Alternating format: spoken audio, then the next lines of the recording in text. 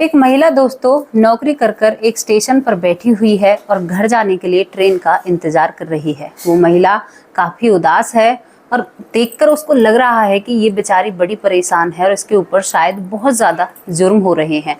लेकिन दूर से देखने में प्रतीत हो रहा है। अब जब गाड़ी वहां पर आकर रुकती है तो गाड़ी में से एक व्यक्ति उतरता है। वो व्यक्ति उस महिला को देखते ही उसकी तरफ बढ़ता चला जाता है। जैसे ही पास जाता है तो कहता है कि तुम इतनी उदास और परेशान क्यों हो?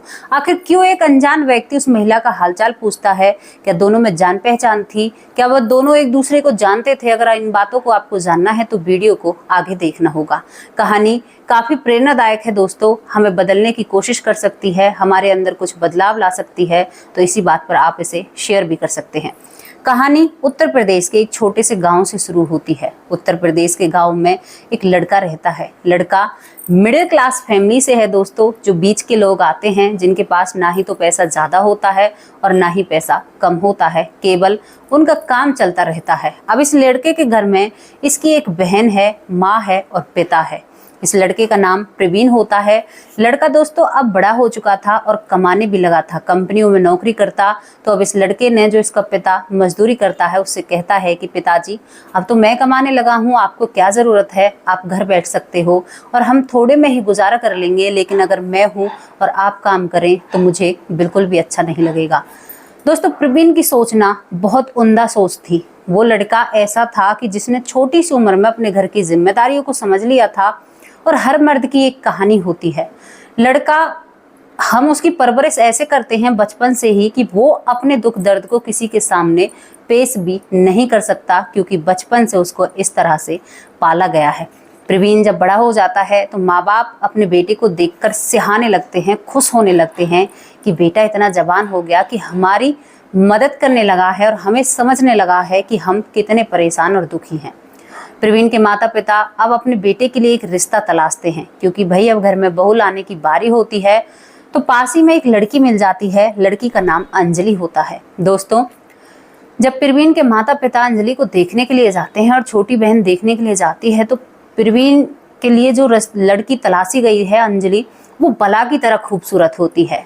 प्रवीण की माँ, कहते हैं ना कि लड़कों का दिल फिदा होता है, लेकिन एक सास का बहू पे दिल आ चुका था। प्रवीण की माँ को वो लड़की बहुत पसंद आई और बस अपने पति से कान में कहती है प्रवीण के पिता से कि हो कुछ भी हो जाए, लेकिन इस लड़की से मेरे बेटे की शादी होनी चाहिए।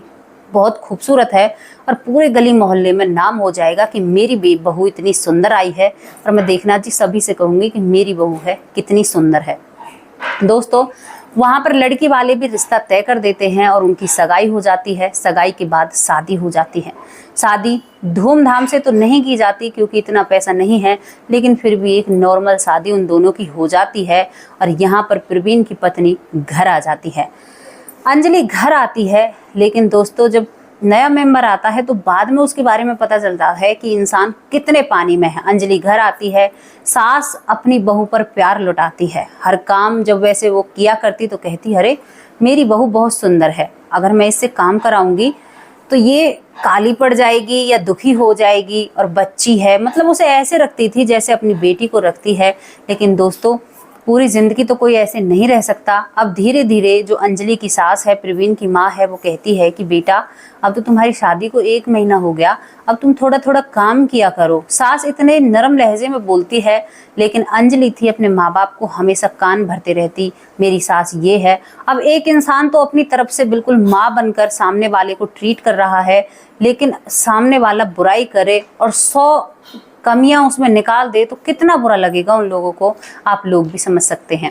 अब इसके बाद दोस्तों जैसे ही सास कहती है तो बहू इन बातों को आई गई करती है और बिल्कुल भी अपने सास का कहा नहीं मानती है। और प्रवीण की माँ हमेशा दुखी और परेशान रहती है, क्योंकि अगर बेटी होती तो गाल पर 2 थप्पड़ लगाकर उसे सीधा कर देती, लेकिन किसी की भी इतनी हिम्मत नहीं होती कि बेटे की बहू पर हाथ उठा दे। दोस्तों टाइम निकलता है और जो अंजलि है, जब लोग इसको देखते हैं ना तो यही कहते हैं अरे कहाँ से छानबीन कर कर बहू को लाए हो, बहू तो बहुत खूबसूरत है। तो अंजलि को इस बात पर भी गुमान हो जाता है, घमंड हो जाता है। तो वो अपने घमंड में चूर रहती, हमेशा अपने माँ बाप से बात किया करती और घर का काम नहीं करती है। दोस्तों ये बातें सब चलती रहती हैं। जब एक बहू काम नहीं करेगी तो घर में तो लड़ाई होनी एक आम बात है। अब घर में लड़ाइयाँ होने लगती हैं और लड़ाइयाँ बड़ा रूप लेने लगती हैं, क्योंकि अंजलि काम तो किया नहीं करती और चार बातें अपनी सास को सुनाया करती कि तुम करती क्या हो, और माँ जी तुम हमेशा मुझ पर हुक्म चलाती हो, मतलब चोरी और ऊपर से सीना चोरी।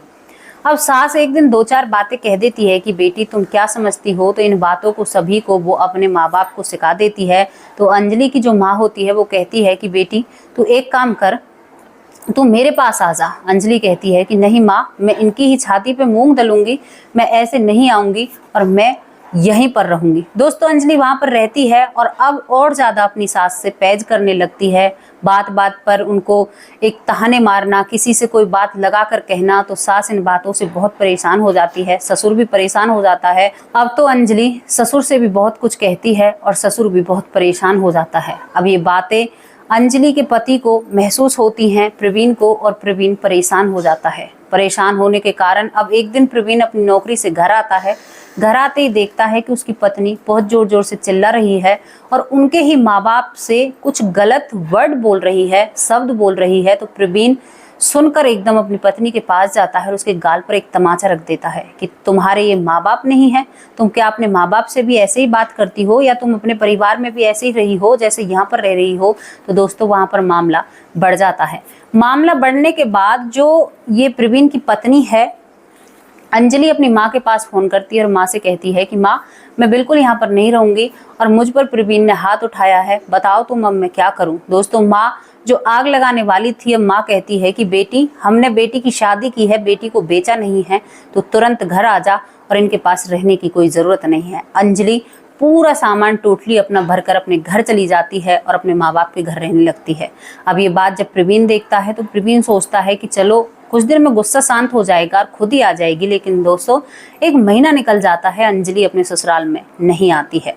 अब जो अंजलि की सास थी प्रवीण की माँ, वो कहती है कि बेटा ऐसे तो हर घर में लड़ाई हो जाया करती हैं, तू एक काम कर बहू को लेकर आ और बहू को लेकर ही आना, कह देना कि माँ ने कहा है ऐसी लड़ाई किसके घर में नहीं होती। क्योंकि अंजलि की सास एक वहम में जी रही थी कि मेरी बहू शायद मेरी बेटी है, लेकिन वो बेटी नहीं थी। दोस्तों प्रवीण अपनी ससुराल में जाता है, अपने सास ससुर से बातें करता है, लेकिन वहां पर तो मांजरा और ही निकलता है और प्रवीण को दाब लिया जाता है और कई बातें इतनी सुनाई जाती हैं जिन बातों का प्रवीण को पता भी नहीं था, वो बातें उसके सामने आती हैं।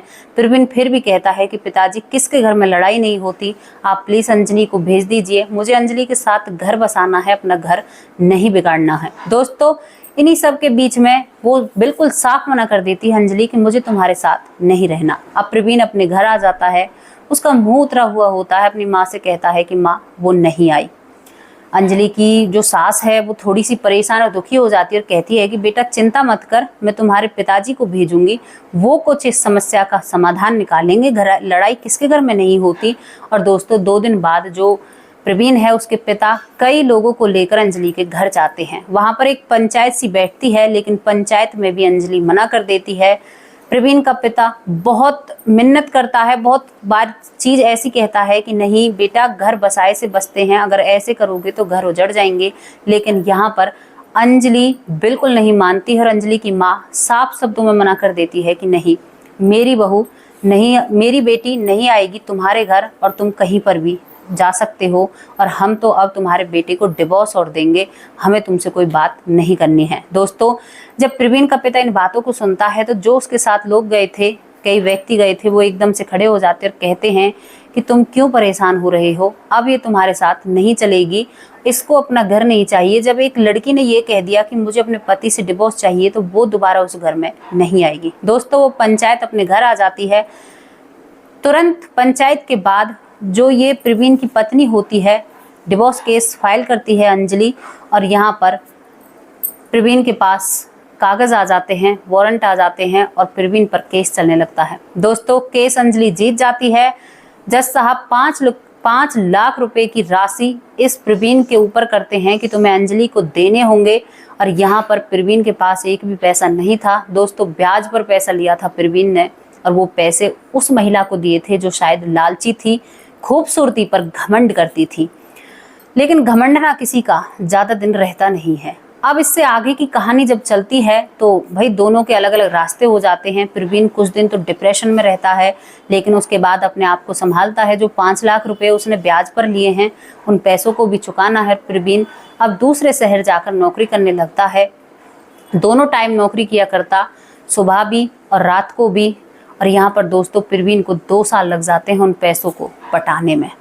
उधर जो अंजलि होती है, अपने पति से अलग होने के बाद अब अंजलि अपने घर में भाई 6 महीने तो बहुत अच्छे से रहती है। उसका लालन पालन देखभाल, क्योंकि अंजलि की एक भाभी थी और भाई था, बहुत लाड उस पर हुआ दोस्तों। लेकिन उसके बाद जब उसके 5 लाख रुपए खत्म हो जाते हैं तो अंजलि को ताने मारने शुरू हो गए थे कि तुमने तो बहुत गलत किया था, तुमने उन लोगों को धोखा दिया, तुम यहाँ पर आकर पड़ गई। देखो भाभी जिसकी होती है, जिस घर में होती है, उस घर में एक ननद कैसे रह सकती है, बहुत कम देखने को मिलता है।